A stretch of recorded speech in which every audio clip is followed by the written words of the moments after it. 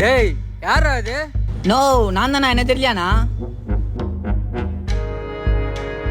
யாரா நீ? உன்னை பார்த்ததே இல்ல, ஊருல புதுசா இருக்க. நோ நானா என்னையே மறந்துட்டு இருக்கிறேன், ஞாபகம் இல்லைன்னு சொல்றேன். ஓ யாருமா? யார் தம்பி?